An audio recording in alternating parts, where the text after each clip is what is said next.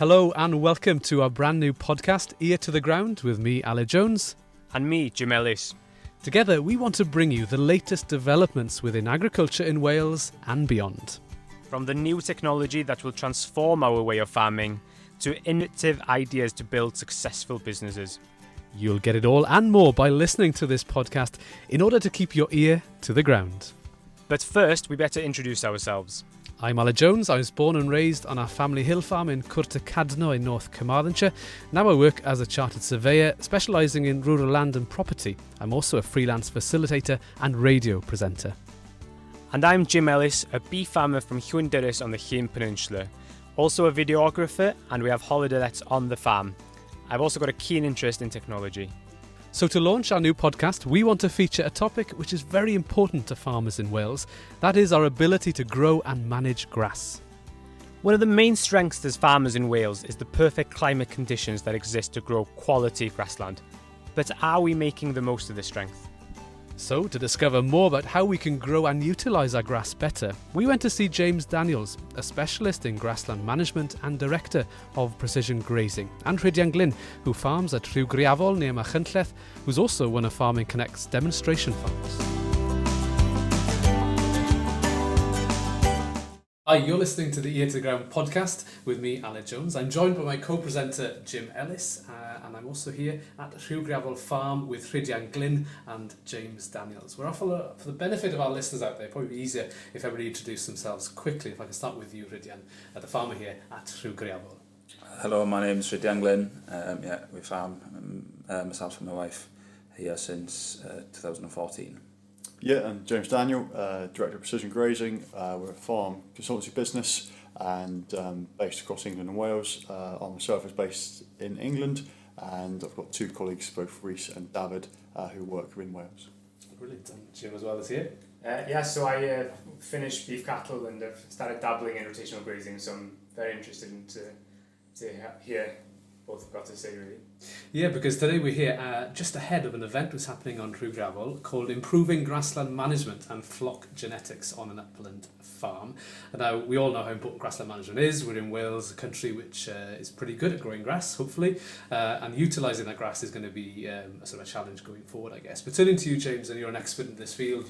You're a consultant delivering advice all across the UK, and a lot of farmers are looking into rotational grazing options, and certainly I've noticed a lot more discussions around rotational grazing, but perhaps it'd be good just to start off by explaining the key principles by what you mean by rotational grazing. Yeah, no, of course. I think it's probably worth looking at first at the motivators for doing so, and maybe why people have looked at it more this year than ever.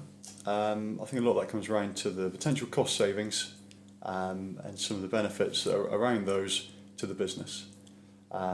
Most farms are spending a certain amount of money or a certain percentage of their income on fertiliser and feed, and sometimes they're spending money on those inputs to substitute a lack of grazing management. So if they start to improve their grazing management, the input costs can be reduced, and for every pound you do not spend, is a pound of extra profit that stays in the pocket at the end of the year. And I guess when the cost of inputs increase, like you mentioned, fertiliser and feed, for example, that's an incentive for farmers to look at making the most from the grass. It is, yeah. And again, Wales is perfectly well set up to grow a lot of high quality grass if it's managed well. Yeah. And events like this today with Farming Connect are really good at demonstrating best practice, which Rhydian's doing a fantastic job at, and people can see how it's working in practice, what's involved, and hopefully come away with a motivator to start doing it. And we're seeing that happen a lot, especially the last 2 years. Because I was taken aback by a statistic recently whereby only 50% of the grass we grow is fully utilised on farms, which essentially, if you look at it from the other direction, we waste half the grass that we grow. So talk to me about how can you utilise, if we can grow it, how do we make the best use of it afterwards? Yeah. The conversation on the topic wasting grass, or we wasted the grass, is quite interesting. In most cases, the grass isn't wasted. The grass that's not consumed is going back into the soil, and that's feeding the organisms, and that's helping grow more grass. Yeah. So grass is never wasted. Rhydian here, for instance, for the year to date, is growing or forecast to grow around 7.5 tonnes of grass, of which he will utilise 6 tonnes. Right, I see. Now he's utilising around extra 2 tonnes compared to the average farm in Wales. So to utilise more grass, you've got to be able to grow more of it. Yes. And the principles of growing grass generally stem from soil pH.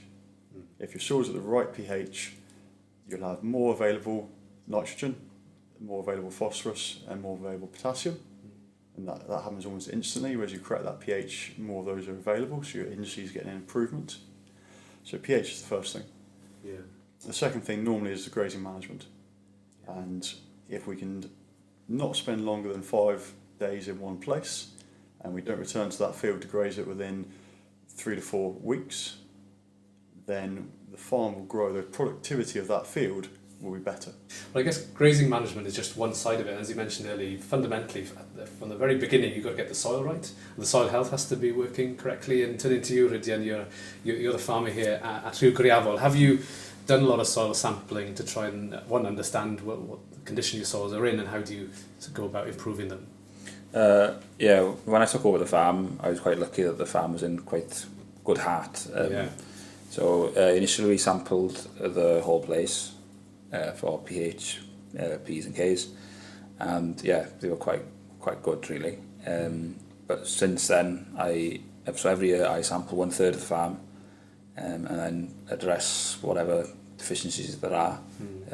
So we usually put about 100 to 150 tonne of lime down every year, and yeah, so at the moment we're trying to push up further than the 6 pH, push that up to that 6.3, and that we do see a response in grass growth.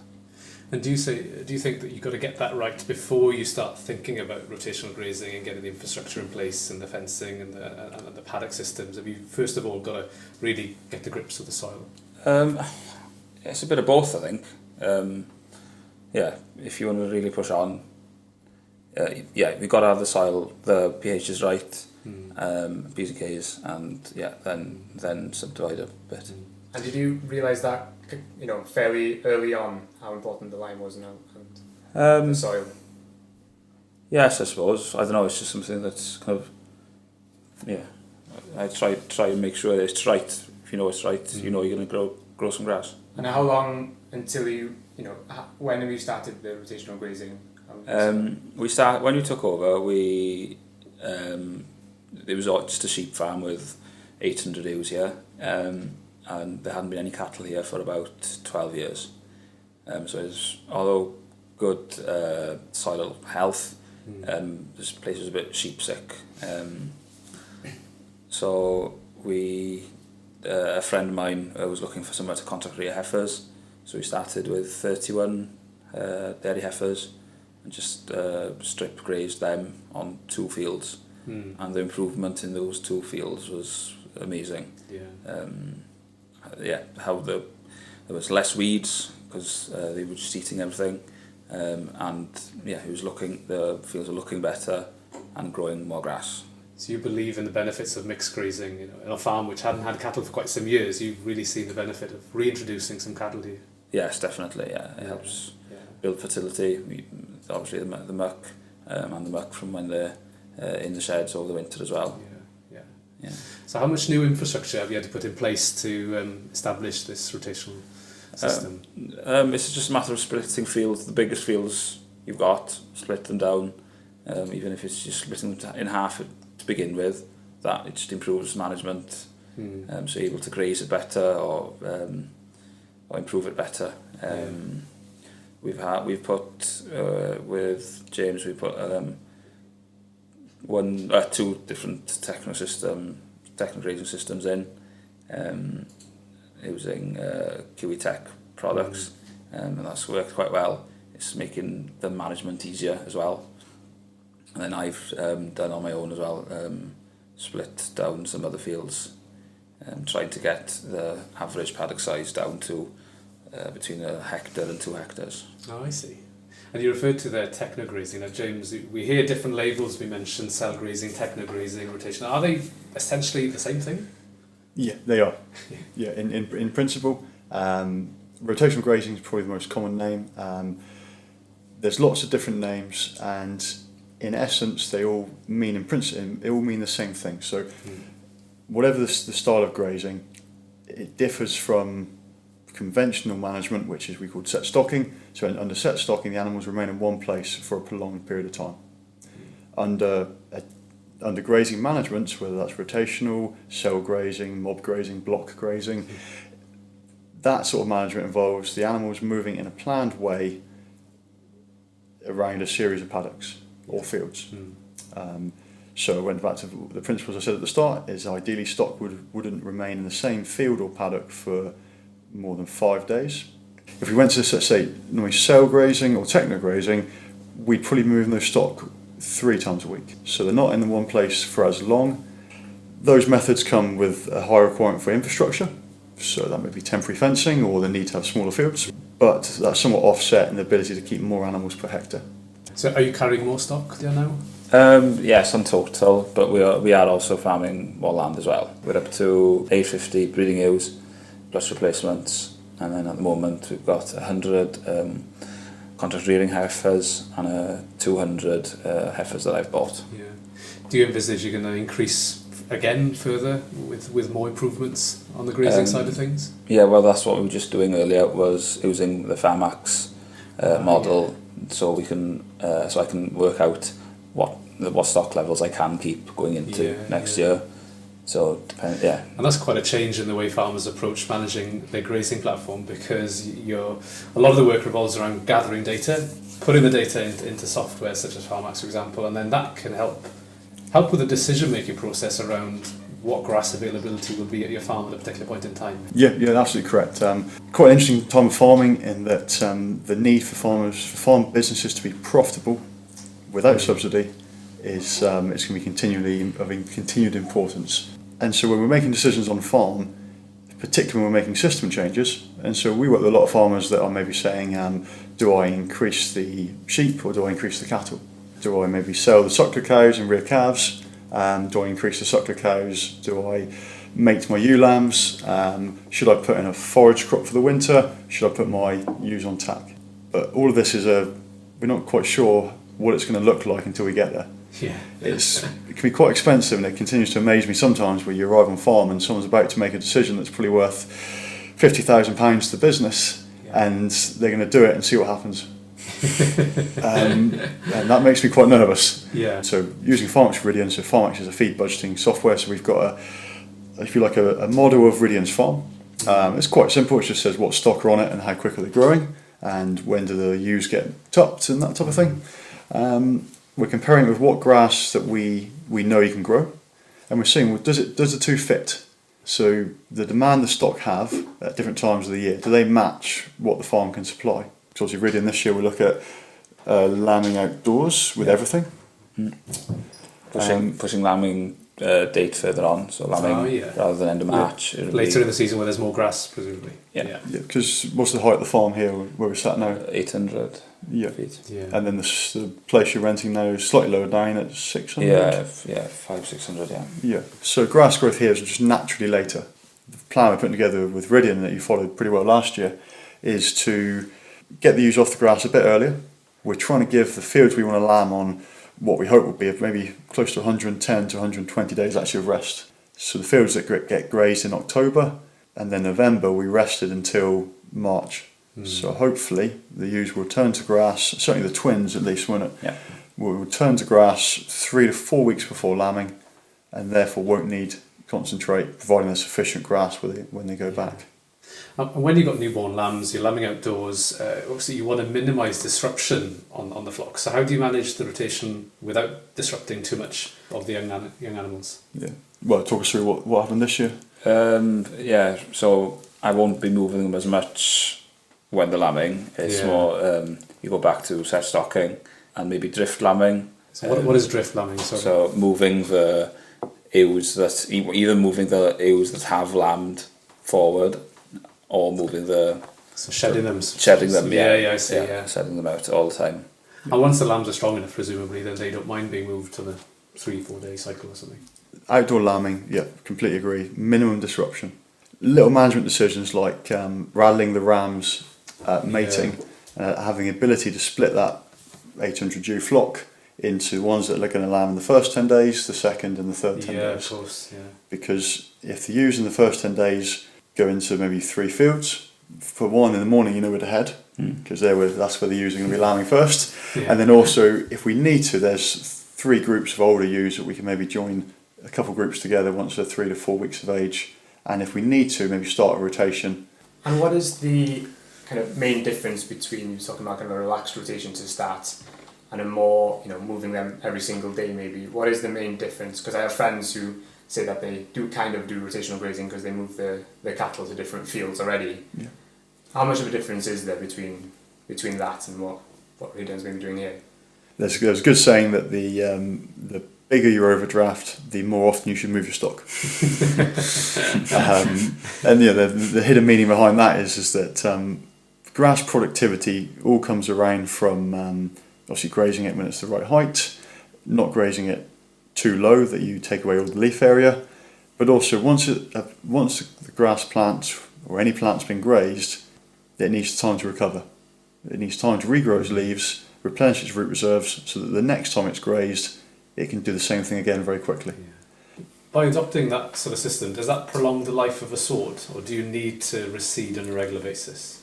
I think you're promoting ryegrass, because that's the grass that Recovers quickly. and it grows better. So yeah, some of the swards I've got here are probably 20, 30 year old, and they're looking better now than they did.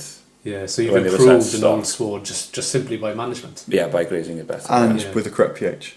Of Yeah. course. Yeah. Yeah. Putting So- that through ton of lime is... And that's where we're talking about what do you do first. The grazing management and pH, put those together straight away and kind of see what happens.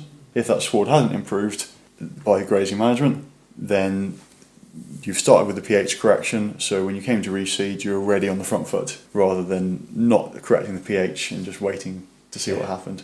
But because you did both together, I say there's 25, 30-year-old ladies on this farm which you would swear were 5, 6 years old. And for you, Radian, are you one of the very few farmers in the area, you'd say, doing a similar system, or are there other neighbouring farms sort of following a similar pattern?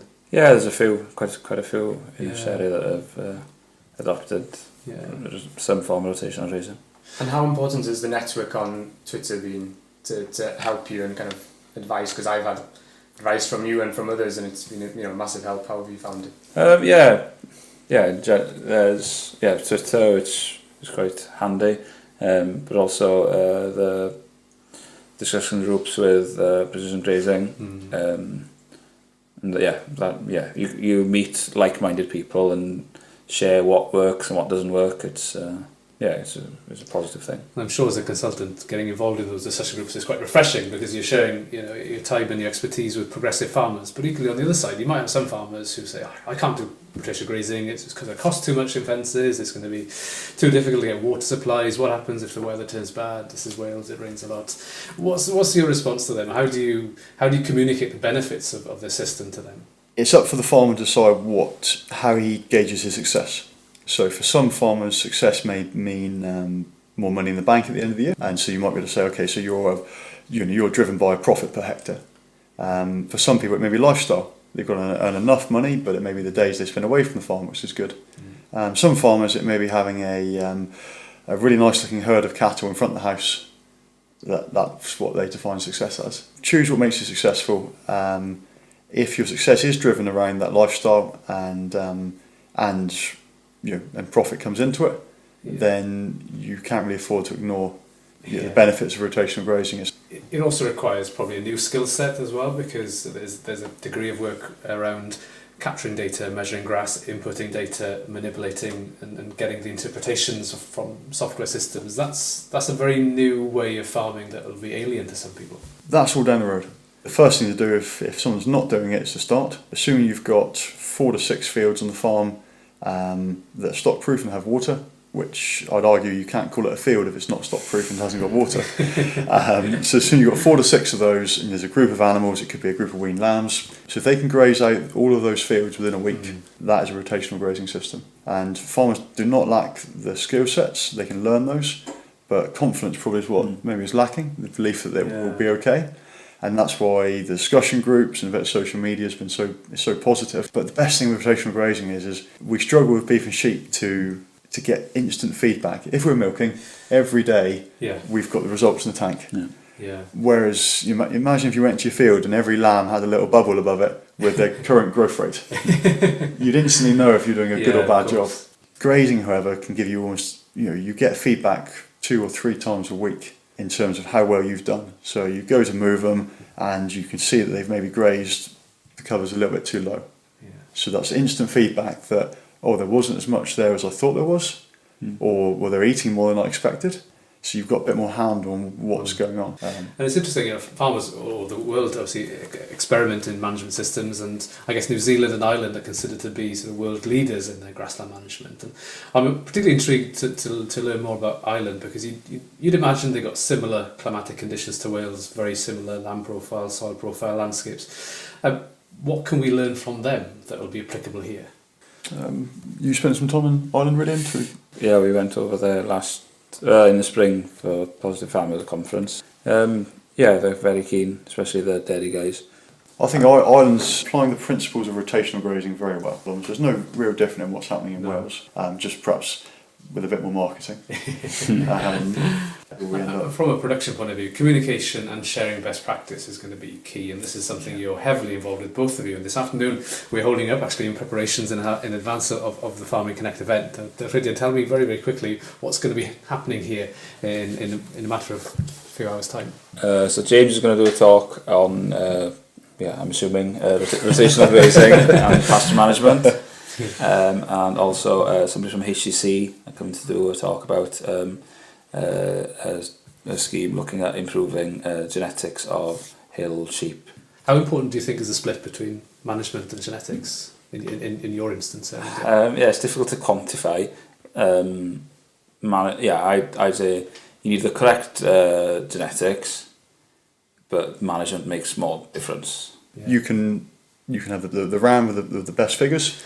However, if his progeny, his lambs that he sired, are underfed, then they won't ever exhibit this potential. The mark of a good farmer is how well he provides feed of the right quality at the right quantity at the right time, so that the stock performs to the very best of their potential. Well, it's been fascinating off with Jim and myself. We really enjoyed having the chat with you, and I know the farmers are going to come later on. They're going to benefit from this knowledge as well. I'm sure, as Rhydian, you've done for quite a few times, you've hosted a number of groups, and keep being active on social media, because people like Jim and myself then can pick up some nuggets of wisdom, hopefully, over the next few months and years. So thank you very much to James, Rhydian and Jim, and for everything for this afternoon, and all the best for the event later on. Cool, thank you. That was our discussion with James Daniels of Precision Grazing and Rhydian Glynn of Rhywgriafol Farm. Inspired by what we heard from James and Rhydian, we wanted to see another farmer who was looking to improve grassland management by adopting some of the techniques discussed. So we went to see Irwell Jones of Aberbranddy Farm near Cwrtacadno. Well, Irwell Jones, thank you very much for agreeing to be part of our podcast, Ear to the Ground, and it's great to be here at Aberbranddy Farm. I happen to know Aberbranddy relatively well because I was born and raised on the next door farm, just over the hill over there in Llwyd. So it's great to be back in Cwrtacadno, an area which is very close to my heart. But for those people, Irwell, that don't know Aberbranddy that well, explain us some of the background of the farm. Well, we're here up in the upper reaches of the Cothi Valley. Obviously the Cothi Valley moving more down towards Carmarthen, but we're right at the top end here. In the valley here we're about 650 feet above sea level, but rising to over 1,300 feet above sea level then. So Aberbranddy is a 650 acre farm, but only about half of that we can farm properly then, the rest being oak woodland and rough grazing and wet moorland then. We keep about 900 ewes here and 40 suckler cows at the moment. And you've got some land dedicated to environmental schemes, and you've got a triple SI, I think, just behind us over there. Yeah, the Cwmdraith here, triple SI then comes around the back of the farm, and also the mountain, Mynydd Mallhaen as well, where we have grazing rights for 250 ewes. Do you regularly use the grazing rights on Mallhaen? Yeah, it's something that was we had cut down on, but we have a flock over there now, a low input flock, and I think it's important to keep grazing these hills as a lot of them are undergrazed, and I don't think it benefits the habitat to undergraze something like that. And you graze the farm, of course, with Welsh Mountain sheep, Welsh Mountain ewes, Tregaron type, and you found that type to suit this farm? Well, it's what's always been here, and it's a breed that's used to the ground, used to the sometimes quite wet weather we have here, and I think I'm a big fan of keeping the local breeds local, and I think we can try and improve with performance recording from within breed rather than importing stock from other parts of the country or even the world. So you've got a keen focus on trying to improve the efficiency of the Tregaron type Welsh Mountain ewe, and you breed some for purebred replacements, but you also cross them as well. Yeah, about 2/3 of the ewes are bred pure, and these are all performance recorded with Signet, trying to keep replacements and breed a few rams to sell if possible, but also we cross the bottom, what I'd call the bottom third then, with a maternal crossbred type called the Aberfield, and sell those for breeding then, and hopefully get a bit of a premium. And the fat lambs then, do you sell those direct to slaughter? Yes, everything we have at an abattoir within half an hour, so it's easy to take them there and sell them all that way. And what about your suckler herd? You've got about 50 head of cattle there, suckler cows. What breeds do you keep? They're mainly pedigree limousines, but also a mixture of continental crossbreds, but all being put back to the limousine bull. And we sell stores. The males will go at 8 to 10 months, and the females, the heifers, then at 18 to 20 months, with some of the better ones going for breeding. And you've always had a keen eye, Irwell, on improving the efficiency here at Aberbrandy, and some years ago you had the opportunity to become a Farming Connect demonstration farm. What sort of drove you forward to take advantage of that opportunity? Well, it's something that my father did before me, and we've always done, is try and improve the efficiency of the farm then. And as the old saying goes, if you don't stop trying to improve, you don't stand still, you go backwards because everybody else is moving forward. So when the chance came to become a demo farmer, I thought it was a good opportunity to improve things, try and make the most of the advice that was out there, and also try and get help towards trials and things like that, something that we'd maybe have ideas beforehand, but we wouldn't do it because of some of the risks of costs and the risk to the performance of the livestock there. It certainly gave you that encouragement to do the trials, but explain some more about the projects, the individual projects you did here. So we've covered a bit of a wide range of things, but we started off looking at lamb finishing options, sort of creep versus new lays, old lays, and forage crops. We sort of knew how the performance would go, but we wanted to put a cost on it and see where that stacked up. So also we looked at rotational grazing and how we could better utilise the grassland. I think the statistic is that over the whole country we use about 50% of what we produce. So it's important to try. It's somewhere where there's a lot of room for gain in efficiency. So rotational grazing then is something we looked into, and we had some advice of James Daniel from Precision Grazing, and he started us off with a small plot of 30 acres, and then we are trying now to expand it slowly across the rest of the farm. And obviously you've undergone a transition, I guess, from a set stocking type of farming system to a rotational grazing. Have you seen, well, one, has there been any challenges? And secondly, have you seen the benefits of that? Well, I wouldn't say we were directly set stocking from the start. We had them possibly in two fields and moving back and forward, but so we were getting some gain, but we've definitely seen a big impact on the amount of grass we can grow and also what we can utilise. I think during the experiment we would have raised from about 4 sheep to the acre. On the rotational grazing plots we were looking at 6.8 throughout the summer livestock units per acre then. So it was a big improvement, and it didn't impact on the growth rates of the lambs. We found that they grew the same throughout, but obviously in terms of kilos per acre we were producing more then. But obviously everything comes with its challenges, and getting the sheep used to electric fencing, actually getting and maintaining that electric fence and the current, and also the biggest challenge I think is to get a reliable water supply. And once you get that in place, things will click into place, but it's a work in progress.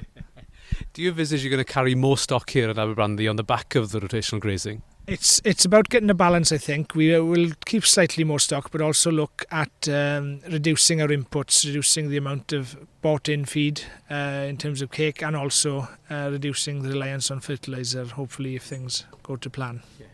But being a hill farmer, well, does that make it harder to adopt a rotational grazing system?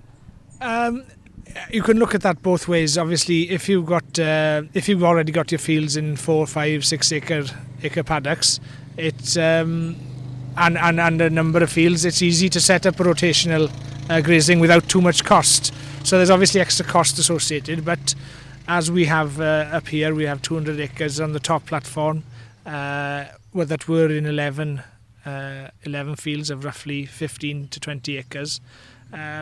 It gives you a bit more scope then, and a blank canvas to start on. Yeah. Well, I'd like to go and see the top platform to see actually how it's working on the ground, if we can take a quick spin up there. I'm sure we'll go for a look there.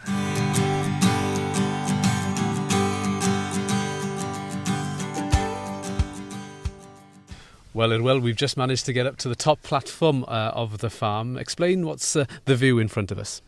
If it was a clear day, you'd be able to see the first rotation we did as the trial with Farming Connect. It's a 30-acre plot, which we've subdivided up into 6 different fields then. And you explained to me as we were driving up to the top of the farm, there's about 200 acres in this sort of top platform area, and your ambition is to subdivide that into 40 paddocks. Well, during the first year of the trial, we had this area, this 30-acre area, 6 2.5 acre paddocks and 3 5, and for the size of bunch of sheep that we were looking for, or sheep cattle mixed, we came to the conclusion that 5 was a balance between the needs of the livestock and the freedom to have plenty of space, and also the try and get the best out of the grass. Obviously, in terms of grass, we'd love to move every 1, 2, 3 days, but when the ewes have got lambs under their feet, I found they were a bit disrupted when moving too often. So we've plumped for that. Most of the fields were 15 to 20 acres, so it made sense to divide them then into 3 or 4 5-acre paddocks, and the end goal would be to have 40 paddocks, and that would give us a lot of flexibility then, and more control in being able to graze them properly. Yeah. And how many sheep would you put on a 5-acre paddock? Well, what we've found is through what we've done so far is that about 180 to 200 twins would be on 6 5-acre fields. So that's a block here. And when it grows really well, we can probably take some out for a light crop of silage. If it doesn't grow quite so well, we're confident that the 30-acre block will sustain even on a year when the growth is slow. Yeah, I see. And how often would you move them between paddocks? So when the grass is growing fast, we'd be looking at 3 days. So move the sheep fast when the grass is growing fast, and move them slower when it's growing slower. So it could be anything from 6 days to a week then, depending on that. So it depends throughout the year. In May, we'll be moving them quickly, and it'll slow as the season gets on. And I guess you've learnt that through trial and error. Yeah, it's a bit of trial and error, and advice as well from consultants who've been here. Yeah. I guess you've also spoken and had a chance to chat through the idea with other farmers trialling a similar system. Yeah, well, through the demonstration network, there's other demonstration farmers, and also on social media, it's a chance to read up on what other people do and ask questions and get information, isn't it? And during the trial then with Farming Connect, you explained to me that you were quite religious in measuring the grass, and that was quite a lot of work, I guess, involved in that process. Well, yeah, and during the trial from May to September that year, we recorded every week then, and with a grass meter. But I have to admit that it has waned since then. It's a matter of making the effort to do it, and there definitely is a benefit. But prioritising the jobs is the big thing, and hopefully once we've split more paddocks up, we'll get back into that. And the focus is on measuring and capturing the data and then putting it into software, and the software can help you make all sorts of decisions. But when you were measuring the grass well, what was the average tonnes of dry matter per hectare you were getting here? Well, during that May to September window, we grew about 6 to 7 tonnes of dry matter. So assuming that before and after we would have had probably another tonne, so I'd say between another tonne each end, so about 9 to 10 probably would be a good estimate. And given the altitude here, we're at 1,200 feet, I think, that's a pretty good performance. Also, considering that the average, I think, for upland farms is between 6 to 7 tonnes of dry matter per hectare. Yeah, well, it's showing. It's an improvement. I think that's where we would have been before starting rotational grazing. So it shows an improvement, but I think there's also room to improve more if we can, and that's obviously based on a lowish fertilizer input with only one top up a year in April of 2010 at sort of 75 kilos an acre. And managing the grass is clearly the important management tool, but also you've got to get the fertility and the health of the soil right. Well, yeah, the first thing obviously is the lime is the most important thing, and without liming, there's you're not making the best use of your N, P and K then, and also from that keeping up the P's and K's and balancing your N inputs. And you've also reseeded some patches as well. Well, we're in a glacier scheme as well, so we're putting about 10 to 12 acres of Swedes in annually, and that's given us a chance to move around all these paddocks on the top. And we've been able to reseed and then put a long-term grass lay in following the Swedes, which gives a chance to improve. But hopefully now we've been round, and with improved grazing management, we'll be able to extend the life of those lays as well. Yeah. And it's interesting from a practical point of view. When you talk about rotational grazing with farmers, they'll often say, it's a lot of work to get the fences. It's quite difficult to make sure each paddock has got water. How challenging has that been for you as well? Well, one of the things with the advice we had from James Daniel was that these electric fences will be, once they're up, and then to try and minimise the day-to-day work. So that was one part of it, and that we found to be successful then. But the biggest challenge probably is getting the water right and getting a reliable source of water at something which isn't a big, try and keep the cost as low as possible as well. Are there any grants available to support water investment? I don't think there are at the moment, but I think it's something that should be seriously looked at in the future, and something that would be of benefit for farmers, especially with this proposals for a new efficiency scheme. Yeah, there's quite a bit changing, isn't there? And there's a new consultation out on the sustainable farming scheme. Well, thank you ever so much for showing us around Aberbrandley, taking us up to the top platform. And I must say that the grass growth is incredible. It's been a good year for grass growth. Well, it has, exceptional this year. But no, well, thank you ever so much for your time, and all the very best with the future. And I hope you will continue with the success you've seen with the rotational grazing up on an upland platform. Thank you, Ed. And there we are. We've reached the end of our very first podcast. Thank you for listening. And thanks also to James, Rhydian and Irwell for sharing what they've been doing with us. We hope you've enjoyed our company. And if you want to hear some more, remember to subscribe to the podcast. Yes, because next time we'll be featuring Farming Connect's brand new event called Innovation and Diversification Wales, which will be taking place on the Royal Welsh Showground on the 26th of September. More about that in our next episode of Year to the Ground. So from me, Ale Jones. And me, Jim Ellis. Goodbye.